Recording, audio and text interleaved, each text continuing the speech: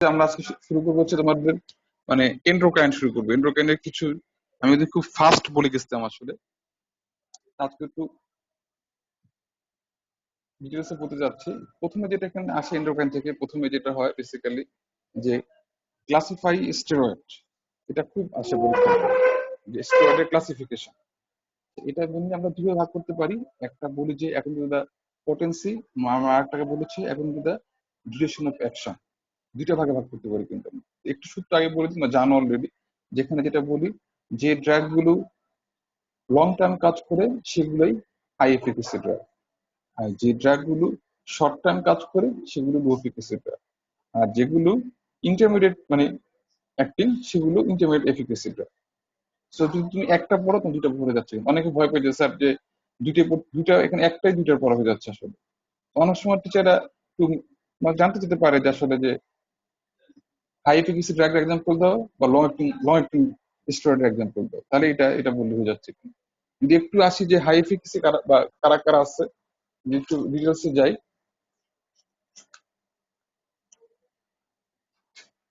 প্রথম হচ্ছে ডেক্সট্রামিথাসন, betamethasone, ফ্লুপেডমিথেসন।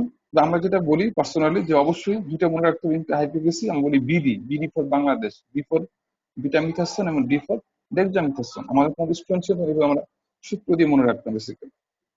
Intermediate acting কারা কারা আছে এখানে আছে বেসিক্যালি আমাদের পেড্রিসনল, সরি মিথাইল পেড্রিসনল, তারপর ট্রামসিনল, প্যারামিথাসন, এগুলো তোমার হচ্ছে ইন্টারমিডিয়েট অ্যাক্টিং।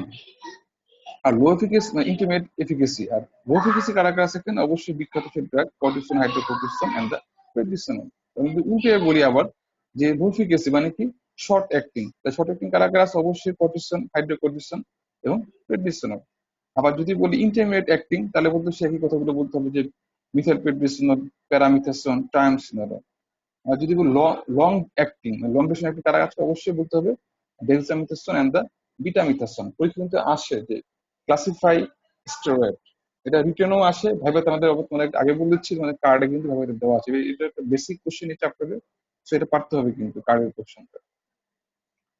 আচ্ছা এরপরে চলে আসো যেটা খুব খুব পরীক্ষা আমরা ধরি, যে অনেকেই প্রশ্ন করতে চায় যে steroid effects of steroid. Mechanism পরে আসছে, আগে ইফেক্টটা, মেকানিজম আমরা এত ডিটেল জানতে চাই না, এটা একটু কমপ্লেক্স মেকানিজম অ্যাকশন। আমরা জানতে চাই যেটা হচ্ছে ইফেক্টস অফ স্টেরয়েড। অবশ্যই প্রথমে যেটা বলতে হবে যে জানো বিখ্যাত সেই কথা যে এটাকে আমরা কি বলি, স্টেরয়েডকে কি বলা হয়?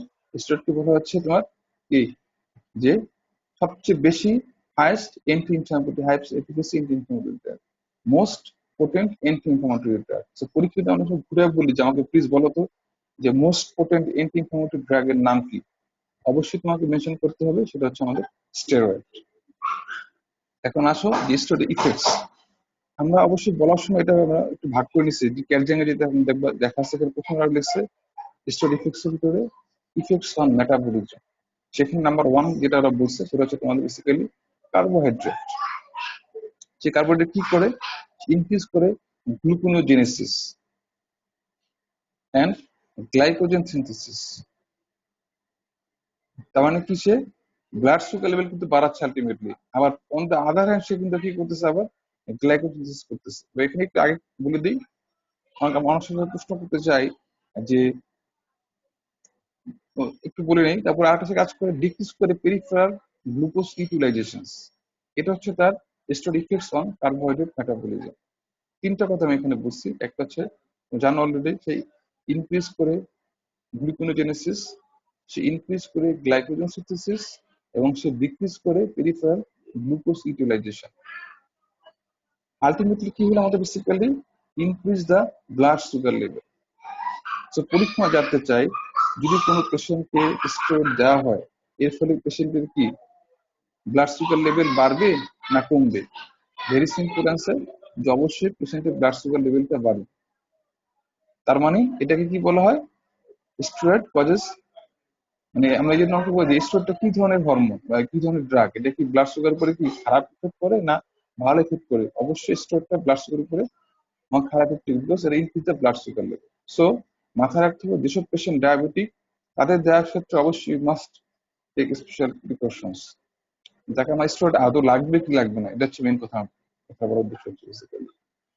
সেকেন্ড চলে আসো প্রোটিন মেটাবলিজম।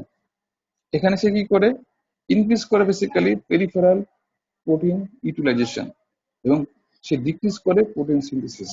তার মানে কি, এটাও ultimately indirectly increase the blood sugar level. সে আর যদি এই ড্রাগটা, if this drug increase the protein synthesis, তাহলে কি আলটিমেটলি আমাদের ব্লাড সুগার লেভেলটা কমে যেত। এখানে কিন্তু সে এই কাজ করলো, সে ডিক্রিজ করে দিল প্রোটিন সিনথেসিস এবং ultimately increase the blood sugar level. Effects on fat. এখানে সে কি করে বেসিক্যালি, সে বেসিক যেটা করে, সে আমাদের ভিতরে সে ফ্যাট কিভাবে বাড়িয়ে দেয়, সে লিপোলাইটিক ইফেক্ট তৈরি করে। তার মানে কি, আমাদের যেই এডিপোজ টিস্যুতে যে ফ্যাট গুলো সে ভেঙে দেয়, যার ফলে আমাদের সার্কুলেটিং ফ্যাট গুলো বেড়ে যায়। এটা হচ্ছে ম্যাক্সিমাম খারাপ ইফেক্ট অফ দ্য স্টেরয়েড। তোমরা দেখবা যেসব পেশেন্ট লং টার্ম স্টেরয়েড খায়, তারা কিন্তু প্রায় অনেক মোটা হয়ে যায়, বিকাম ভেরি মাচ ওবেস, এবং they produce very much various systematic disease. সবচেয়ে বেশি যেটা তৈরি করে, it causes the hypertension, it causes the cardiac disease. কেন, ওই যে সে ফ্যাটটাকে বাড়িয়ে দিচ্ছে, সাপোর্টিং ফ্যাট। এই তিনটে হচ্ছে basically steroid effects on the metabolism. পরীক্ষা যদি আমরা জিজ্ঞাসা করি, আমরা জিজ্ঞাসা করি, এই প্রশ্নের কার্ডে দেওয়া ফিফটিনও আসে, ফিফটিনে একটা আসছিল মেবি 2018-এর দিকে, আমার মে অথবা নভেম্বরে স্পষ্ট মনে আছে। এখানে আসছিল যে স্টেরয়েডের effects on metabolic effects of steroid, 2 মার্কসের না 1.5 মার্কসের কোশ্চেন আসছিল। সো অনেক সময় কিন্তু শর্ট করে দিয়ে দেয়, এটা একটু এই জন্য ভাবাইতে আমরা ধরি, ভাবাইতে আমরা এটা খুব কমন ধরি, ইকোন আর্টস সিনিয়র প্রায় ধরে বসি যে স্টেরয়েড ইফেক্টস বলো, এবং you must start with the metabolic effects of steroid. এরপর চলে আসো ইন কেস অফ ইলেকট্রোলাইট। ইলেকট্রোলাইটের ক্ষেত্রে ভেরি সিম্পল, সে কি করে, ইনক্রিজ করে সোডিয়াম রিঅ্যাবজর্পশনস এবং ইনক্রিজ করে দেয় পটাশিয়াম এক্সক্রিশন। এই দুটো জানতে পারলে চলবে। আমাদের এই ইলেকট্রোডের ক্ষেত্রে আমরা এই দুটো মেইনলি কনসার্ন আমাদের অ্যাবাউট দিস স্টেরয়েড, ইনক্রিজ করবে সোডিয়াম এক্সক্রিশন রিঅ্যাবজর্পশনস এন্ড ইনক্রিজ করাবে পটাশিয়াম এক্সক্রিশন। একটা পড়লে মনে থাকবে, কারণ যদি যেহেতু সে সোডিয়াম বাড়া দিচ্ছে, তাহলে পটাশিয়ামটা কমে দিবে ইন্টারসেলুলার। এটা হচ্ছে কমন কথা। না কামস টু দ্য সিভিএস, হার্টে কি করে, in case of CVS it increase the blood pressure. তার মানে কি, it makes the patients hypertensive. আমরা এটা ডিটেলস দিতে চাই না, বাট আমরা একটু সিম্পল আগে বলে আসছি। ইন কেস অফ লিপিডের ক্ষেত্রে সে কি করে, সে আমার এডিপোজ টিস্যুর যে ডিপোজিট ফ্যাট ছিল, এগুলোকে সে বার্ন করে দেয়, যার ফলে আমার কি হয়, বার্ন করে কথা ভুল বললাম, এগুলো সে লাইসিস করে দেয়, স্টেরয়েড থাকে, যার ফলে এগুলো লাইসিস হয়ে কি হয়, এগুলো আমাদের সার্কুলেশনে চলে আসে। আলটিমেটলি কি করে, এগুলো আবার গিয়ে সে যে ব্লাড ভেসেল থাকে আমাদের, অ্যাথেরোস্ক্লেরোসিস তৈরি করে ফেলে। দ্যাটস ওয়াই আমরা বলেই দিই যে স্টেরয়েড লং টার্ম ইউজ করতে হলে তোমাকে রুটিনলি তোমাকে ফলো আপ থাকতে হবে, বিভিন্ন মনিটর থাকতে হবে। এরকম মনিটর, যদি পেশেন্ট ইলারলি পেশেন্ট হয়, যদি পেশেন্ট ডায়াবেটিক হয়, please regularly check up with blood sugar level, please regularly check up with blood pressure. তুমি স্টেরয়েড দিচ্ছ ইনফ্লামেশন ভালো করার জন্য, যদি কি করা, তুমি পেশেন্টকে তুমি হাইপারটেনসিভ বানিয়ে দিচ্ছ। যে কোনো পরীক্ষা না বলি, স্টেরয়েড কখনো সেফ ড্রাগ না। Though this drug is very much high efficacious, but this drug is also very much dangerous. This drug possesses the less therapeutic index. পরীক্ষা আমরা জানতে চাই একটা ভেরি ইম্পর্টেন্ট ড্রাগ, বাট এই ড্রাগটার ইন্ডেক্সটা অনেক কম। সেটা একটা যদি বলা হয়, example this is the steroid. So very much careful, যখন when you become doctor, ওই ড্রাগটা অনেক লেখার সুযোগ আসবে। রিকোয়েস্ট থাকবে, before writing this drug you must consider the risk benefit ratio.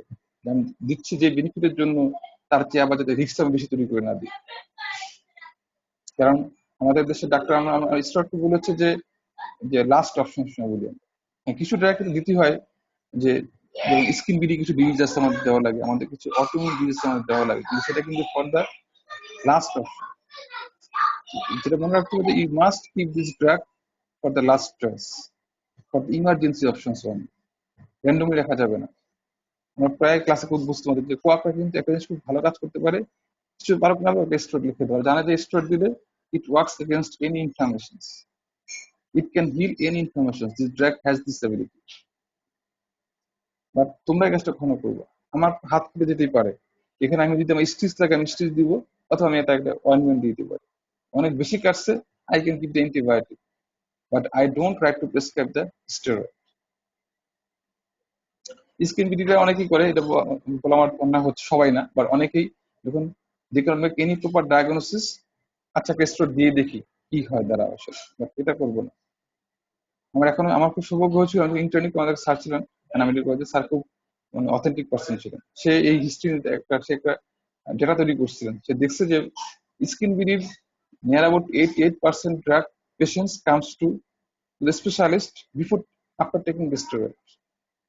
এর ফলে কি হবে, যে স্টেরয়েড তোমাকে তুমি লং টার্ম স্টেরয়েড ইউজ করছো, এর ফলে যেটা তুমি হাই এফিকাসিয়াস ড্রাগের এক্সপোজারে চলে আসছো, যখন আমি তোমাকে সুইচ করতে গেলাম মাইল্ড টু মডারেট এফিকাসিয়াস ড্রাগসে, তখন সেটা কাজ করছে না।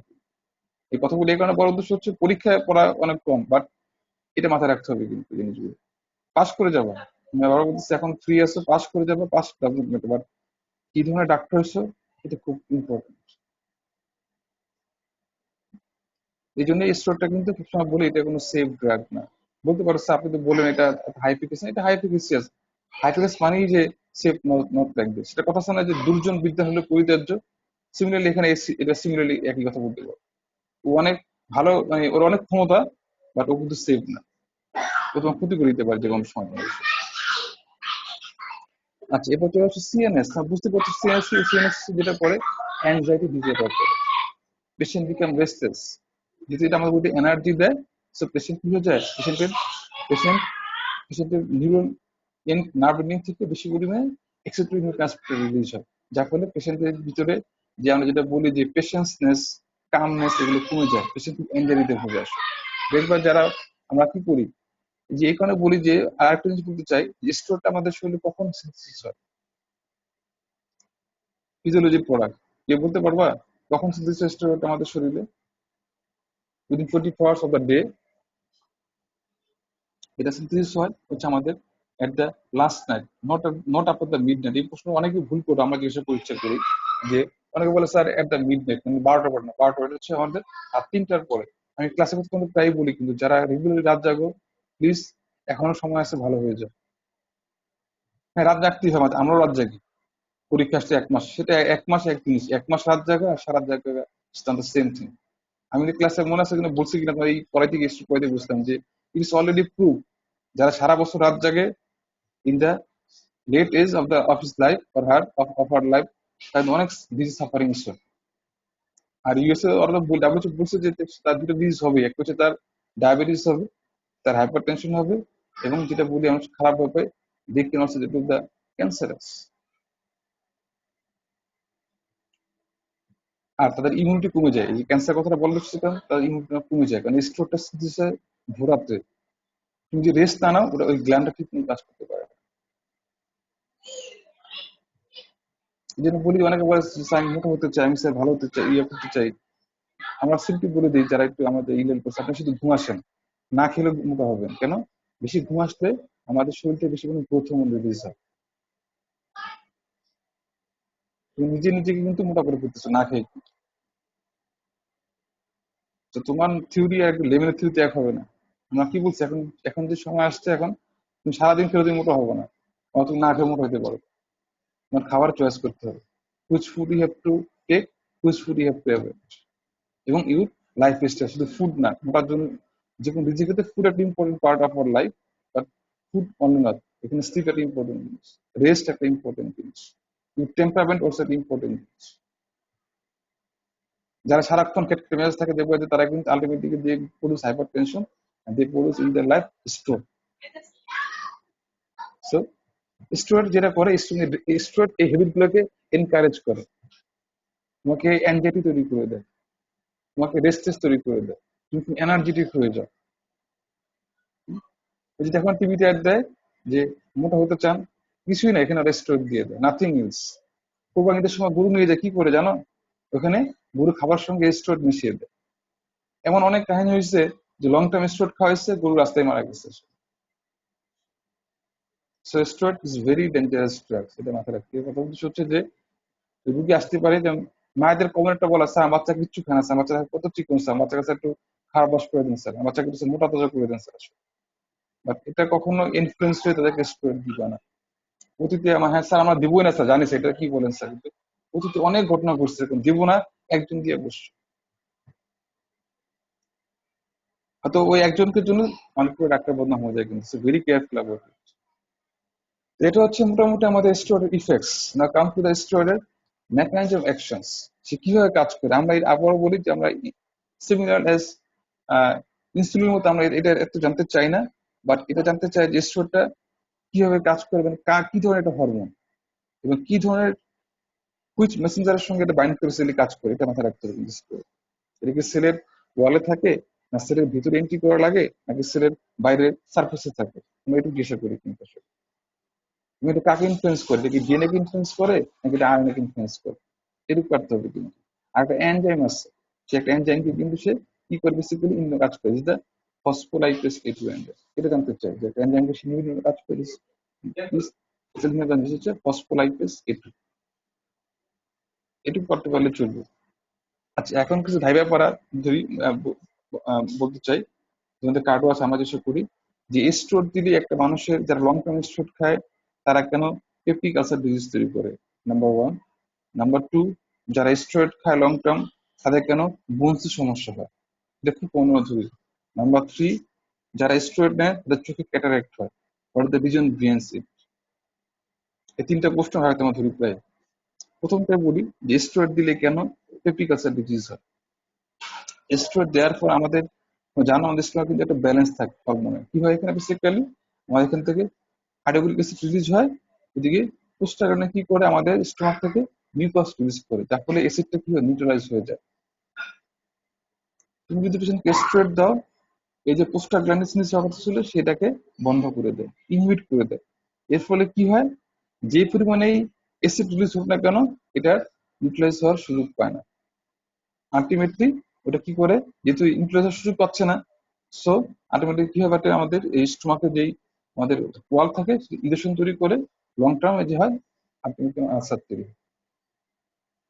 এটা হচ্ছে মেন কারণ। সো কোন পেশেন্টকে আমরা প্রায় বলি যে প্লিজ লং টার্ম আপনি স্টেরয়েড দেওয়ার কথাটা ভুলেই যান, দিতে পারেন short term 7 days, maximum 10 days, এর বেশি না।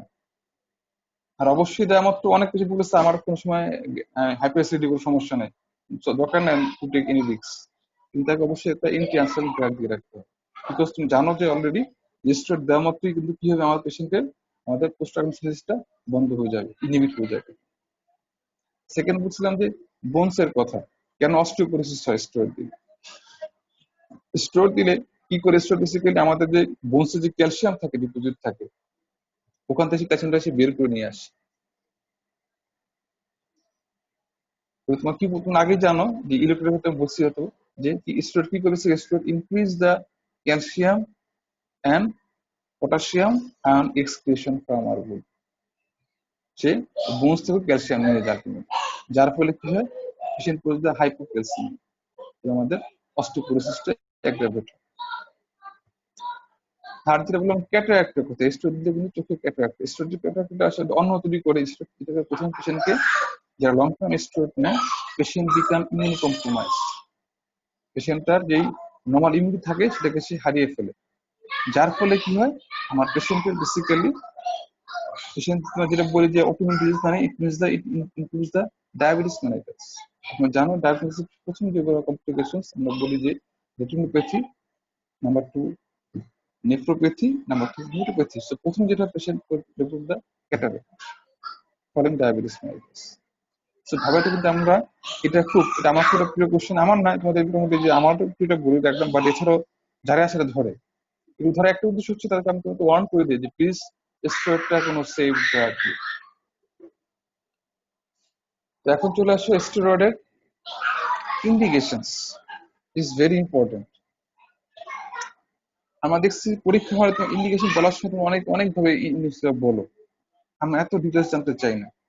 এখানে আমাদের একটা জিনিস খুব জানতে চাই, আমরা বলি ক্লাসে বসছি যে একটা বলি আমরা যে adrenal use and the non adrenal, যেটা তোমার ক্যাটজাঙে লেখা আছে এইভাবেই ভাগ করে বলো। আমাদের যেটা ক্যাটজাঙে দেওয়াই আছে সুন্দর করে, তোমরা বেশি না অ্যাড্রেনাল থেকে 3টা, নন অ্যাড্রেনাল 3টা, 3-6টা পয়েন্ট হয়ে যায়। যারা ভালো পেতে চাও তারা 5টা 10টা পয়েন্ট বলো, দ্যাটস এনাফ। তো জানোই চোখ বন্ধ করে যে আমরা we can give this for any inflammatory conditions. So এটা ইন্ডিকেশনস এর কোনো শেষ নাই, কিন্তু তার মধ্যে বলতে যেগুলো সবচেয়ে বেশি ইম্পর্টেন্ট ইন্ডিকেশনস আমাদের সেগুলো বলতে হবে। কমন যদি বলি অ্যাড্রেনালের ক্ষেত্রে যেমন আমাদের আসছে যে এডিশন ডিজিজ, যে বলছি আমরা এডিশন ইনসাফিসিয়েন্সি, এডিশন ক্রাইসিস, সেখানে আমাদের একটাই choice is the steroid.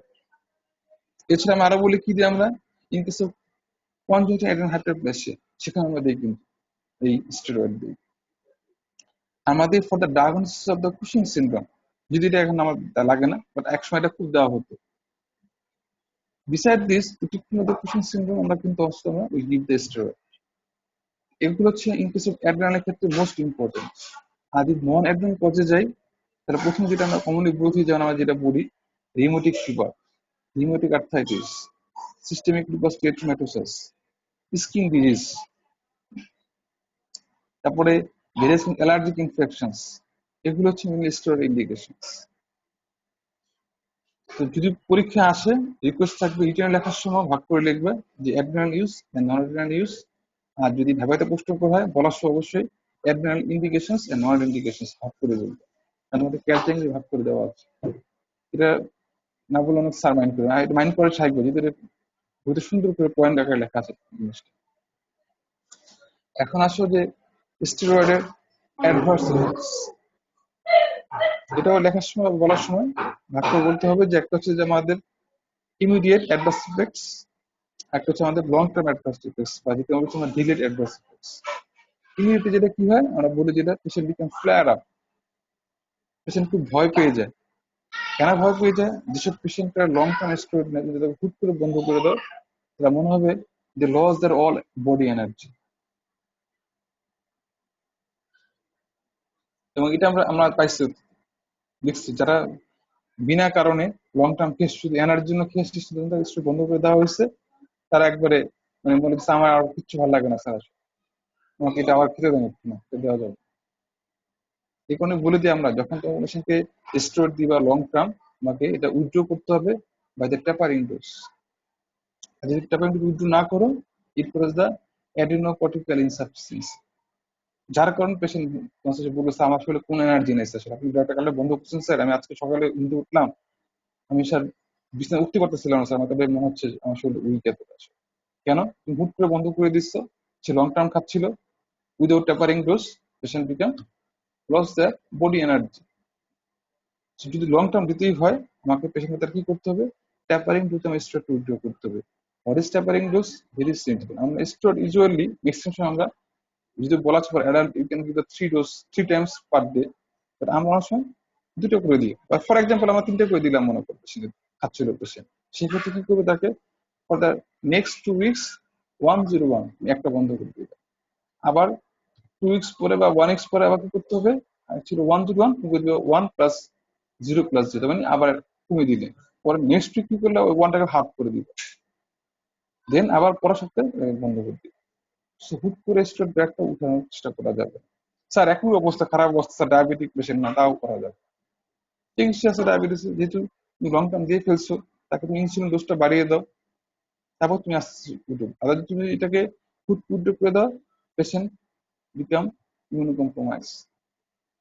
Patient যেই তার ইমিউনিটি মেকানিজম ছিল by the help of steroid, হুট করে সেটা ব্রেকডাউন হয়ে যাবে, পেশেন্ট অবস্থা আরো খারাপ হয়ে যাবে। কিন্তু হয়তো আমরা জানি ক্লাস যারা শুনতেছে বলতেছে আপনি এত কেন ভয় দেখাচ্ছেন আমাদের স্টেরয়েড? ভয় দেখাচ্ছে এই কারণে যে আমরা এই ড্রাগ একটা সময় ভালো একটা ড্রাগ ছিল, কিন্তু আমরা মুশকিল হচ্ছে আমাদের ওই পুরনো হচ্ছে একটা হুট করে নতুন ড্রাগ বাজার নিয়ে আসলাম, এটাকে এতটাই আমরা মানে ইরেশনাল ইউজ করি যে অটোমেটিক করে ড্রাগটা আমরা খারাপ দিকটা বেশি চলে আসে আমাদের কাছে, আসলে ভালো হচ্ছে। দ্যাটস আমি এই কথা বললাম আসলে। এরপর যেটা হতে পারে, যেটাই বললাম যে সানসিটিভ অফ যে পেশেন্টের মধ্যে ম্যালেজ, আর্থালজিয়া, মায়ালজিয়া, এগুলো হচ্ছে বেসিক্যালি পেশেন্টের যেটা বললাম যে patient loss their normal body defence, body immune mechanisms for the sudden withdrawal of the chronic use of steroid. আচ্ছা, এরপর চলে আসো ডিলেড বা লং টার্ম ইউজ করলে কি হয়। প্রথমে যেটা হয় পেশেন্টের ইলেকট্রোলাইট ইমব্যালেন্স হয়, যেটা তুমি আগে পড়ে ফেলছে আসলে। এরপর দেখবো যারা স্ট্রোক নেয় তাদের কি থাকে, তাদের অনেক সময় ফেস ফুলে যায়, এডিমা তৈরি হয়, কিন্তু যেটা বলছে আমরা মুন ফেস বলি, ফিজিওতে পড়ছে মনে করে দেখো। আর আমরা একটা বলতে চাই, যখন কোনো স্টোরে অ্যাডভাইস করবো লং টার্ম ক্ষেত্রে, সে যে তোমাদের গাইডলাইনের যে বইটা ছিল মনে করে দেখো, বা ওইটা নেটওয়ার্ক গুলো পাবা তুমি ছবিটা, সুন্দর একটা ছবি আছে কিন্তু একবার মুক্ত শুরু পর্যন্ত, যে মুন ফেস হয়ে যায়, তার বাফুল্য হয়ে যায়, ট্রাঙ্কাল রিজিডিটি হয়, অ্যাবডোমেনটা ইনলার্জ হয়ে যায়, তার মাল্টিপল জয়েন্ট পেন হয় ডিউ টু অস্টিওপোরোসিস, তার আইয়ে ক্যাটারেক্ট হয়ে যায়, স্টোমাকে পেপিক আলসার ডিজিজ হয়ে যায়, এবং যেটা আবারও বললাম যে তার নর্মাল যে বডির যে একটু ইমিউন সিস্টেম ছিল সে সম্পূর্ণ ডিস্ট্রয় হয়ে যায়, যার ফলে patient become more suspected to the infections. এবং দেখবা সব পেশেন্ট লং টার্ম স্টেরয়েড খাচ্ছিল, তাদেরকে ট্যাপারিন যখন উদ্যোগ বন্ধ করে দিলা, হিস্ট্রি নিবা, স্যার আমার তো এটা ইনফেকশন হচ্ছে স্যার আমার, কেন? সিম্পল ইনফেকশন, সে পেশেন্ট বিছনা পড়ে যাচ্ছে কেন? তার তো নর্মাল যে বডির যে মেকানিজম ছিল, ইমিউনিটি ছিল, সে সম্পূর্ণ লস করে দিচ্ছে by giving this steroid. Steroid অনেক মজা মজা কাহিনী আছে আসলে, আমাদের দেশে বিভিন্ন অ্যাথলেটস বলো আর বিভিন্ন ক্রিকেটার বলো, তারা তার জীবনে বিভিন্ন সাথে স্টেরয়েড খেয়েছে। এবং ইভেন কি আমাদের যে সাকিব আল হাসান, সে কিন্তু একবার স্টেরয়েড খেয়ে বিরক্ত পড়ে গেছিল, বাট সে রেহাই পেয়েছে ফর দ্য মানে he to take the steroid by the doctor prescriptions. Otherwise ও কিন্তু বিরক্ত ফেসে গেছিল কিন্তু প্রায়, ওই যে ওর আঙ্গুলের সমস্যা ছিল মনে আছে তোমাদের, সেটা কিন্তু স্টেরয়েড দেওয়ার ফলে it also aggravate this infections. তোমরা তোমরা দেখছো কিনা জানি না, অস্ট্রেলিয়া বিখ্যাত তারা ক্রিকেটার ছিল শেনোয়ার, সে কিন্তু অনেক দিন লুকে লুকে স্টেরয়েড নিত, সে খেলার আগেই সে স্টেরয়েড নিয়ে নিত সে। এবং স্টেরয়েড ধরাটা খুব ইজি কাজ, অন্যান্য ড্রাগস নিলে কিন্তু আমাদের অনেক টাফ হয়, শুধু ইউরিন টেস্ট করলে হয় না। স্টেরয়েড কিন্তু তুমি যেটা টেস্ট করে দ্যাট ভেরি সিম্পল, কিন্তু ইউরিন নাও, সেখানে তুমি দেখবে যে তার একটা অ্যাসিড বেশি থাকে আমাদের, যেটা স্টেরয়েড নেওয়া আসলে ব্লাড নিলে সেখানে দেখবে তার ইলেকট্রিক ইমব্যালেন্স পাওয়া যাবে।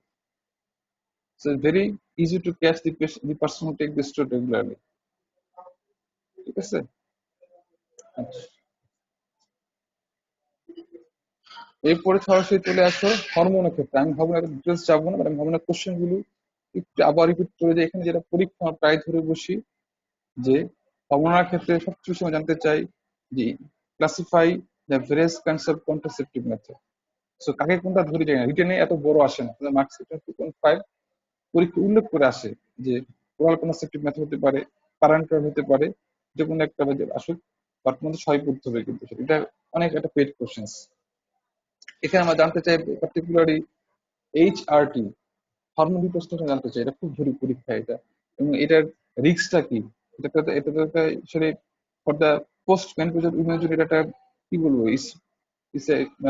It's makes them the completely young lady, but beside this এটা কিন্তু একটা খারাপ দিক আছে। কি খারাপ দিক আছে, এটা আগে যেটা ফেলছে বললাম যে স্ট্রোক নাকি পেশেন্টের সবচেয়ে খারাপ যে সমস্যাটা হয়, যে patient become increases blood pressure, hypertensive. এবং এই ড্রাগটা এই যে যারা HRT নেয়, এটা একটাই ভয় হচ্ছে যে পেশেন্টের হার্টে কোনো সমস্যা হচ্ছে কি। দিস আর দ্য মোর মানে লাইফ থ্রেটিং কন্ডিশনস।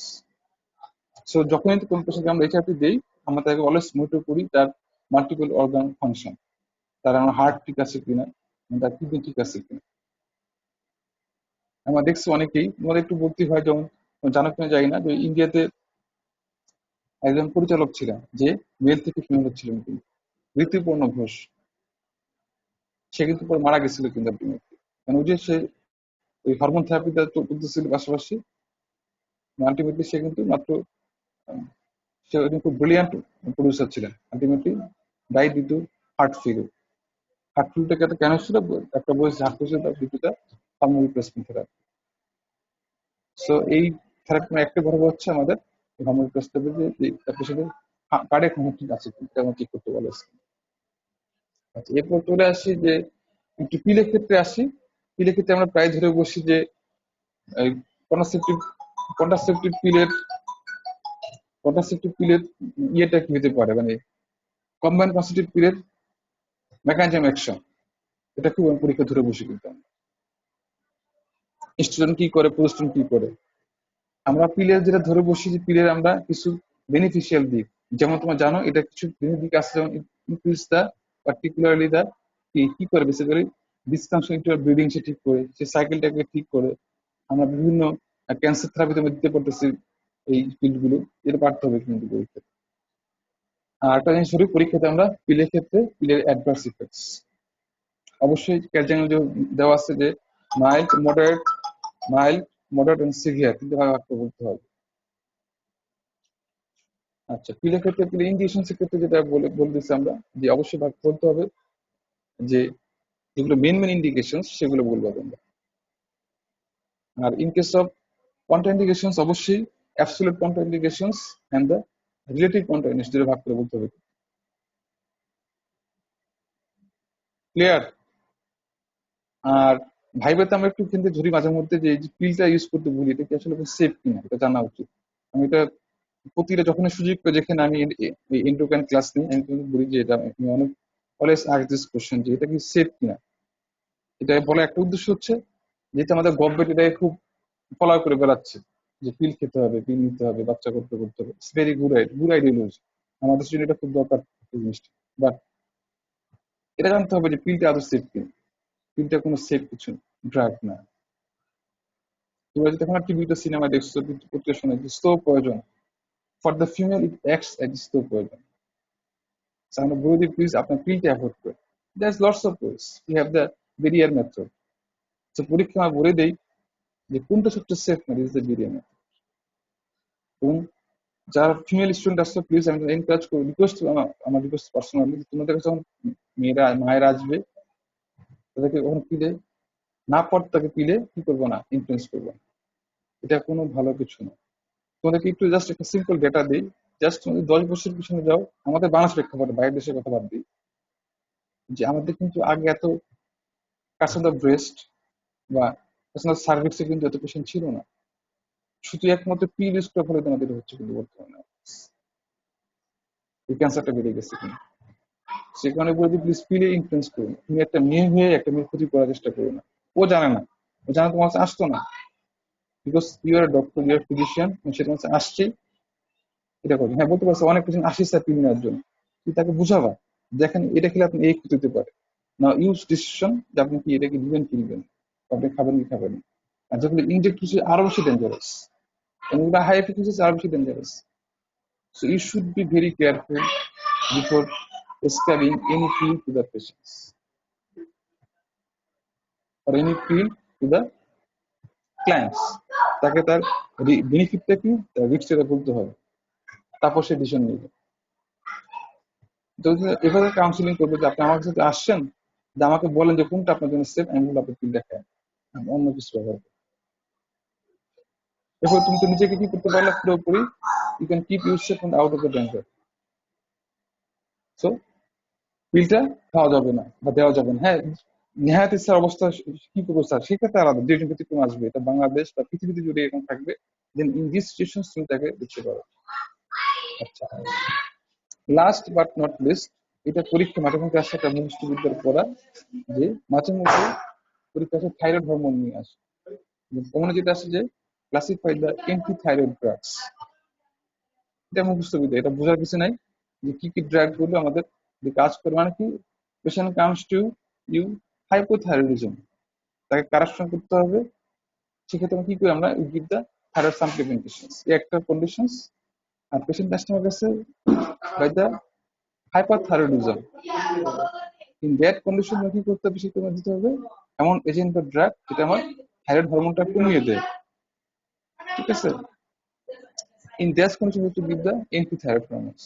বাট এখানে আমরা একটা জানতে চাই, ইন কেস অফ প্রেগন্যান্সি আমরা কোনটা দিব, এবং in case of non pregnant আমরা কোনটা দিব।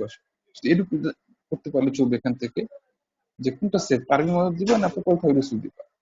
In case of pregnant mother you must give the proper thyroid, তার জন্য আমরা সেফ ড্রাগ না।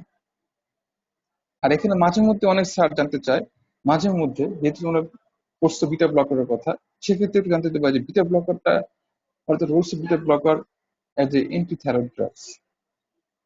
তোমরা জানো যে যার থাইরয়েড বিশেষ কি করে, বেসিক্যালি পার্টিকুলারলি তার কিছু সিম্প্যাথেটিক স্টিমুলেশন হয়, বিটা ব্লকার এক্ষেত্রে হেল্প করে। এছাড়া বিটা ব্লকার কি করে, যে তোমরা কি জানো যে আমাদের এই থাইরয়েডের অ্যাক্টিভ হরমোন কোনটা, T3 আর T4? একজন বলতে পারবা কোনটা অ্যাক্টিভ থাকে আমাদের শরীরে, T3 না T4? ট্রাইডোথাইরোইডিন একটা, হলো থাইরক্সিন একটা, অবশ্যই থাইরক্সিন। বিটা ব্লকার দিলে কি হবে, T3 থেকে T4 হতে কোনো দেয় না। তার মানে কি, তোমাকে সে তৈরি করে আছে, but he cannot be work anything, তুমি রেডি আসো বা তোমাকে আটকে রাখছে। এটা বিটা ব্লক করতে পারে। দ্যাটস আমরা এই কনসেপ্ট বিটা ব্লকটা ইউজ করি। এই মোটামুটি অ্যাবাউট দ্য স্টেরয়েড। আবার ডেন্ড্রোক্রাইন সিস্টেম। আর মনে হয় এর বাইরে আর কোনো কিছু ইনশাল্লাহ পড়া লাগবে না পরীক্ষার জন্য পার্টিকুলারলি। আর যে অ্যাড্রেস গুলো দিলাম প্লিজ এগুলো একটু ফলো করার চেষ্টা করতে হবে। Are always be positive. এখন করোনা আসলো কেন, এখন ক্লাস বন্ধ কেন, আমি পিছিয়ে গেলাম, এটা তুমি না, এটা পুরো পৃথিবী পিছিয়ে গেছে 1 বছর। তো এখানে তুমি পিছাও নাই। যেমন হচ্ছে স্যার আমি পিছিয়ে গেছি, আমার অন্য কলেজ ছিল পরীক্ষা বসছে, তা তুমি পিছিয়ে যেতে পারো। পুরো বাংলাদেশ এখন পিছিয়ে গেছে, তুমি এখানে একা পিছাও নাই। So, আমরা কেউ পিছিয়ে নেই, এটা এসব দুর্যোগের মধ্যে আমরা আসছি।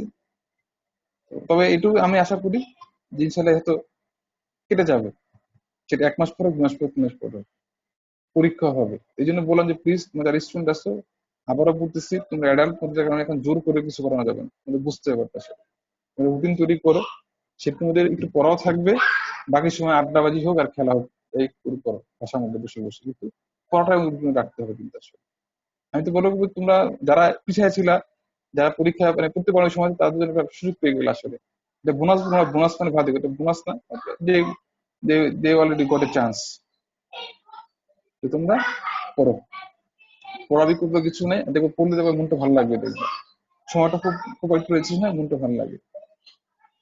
আচ্ছা, আমি আর নেক্সট সোমবার দিন আমি আবার তোমাদের মনে হয় মেবি বুধবার তোমাদের রাজে ম্যাডাম ক্লাস দিবে, মানে সিএনএস পড়াচ্ছিলাম। আমি নেক্সট ক্লাসে দেখি তুমি আসলে আলোচনা করে আমি কোনটা নেবো তোমাদের আগে জানা দিবি একে আমি। তো ঠিক আছে, আজকে আর বেশি যাবো না, নো মোর টুডে। সবাই ভালো থাকো, সুস্থ থাকো। আল্লাহ হাফেজ।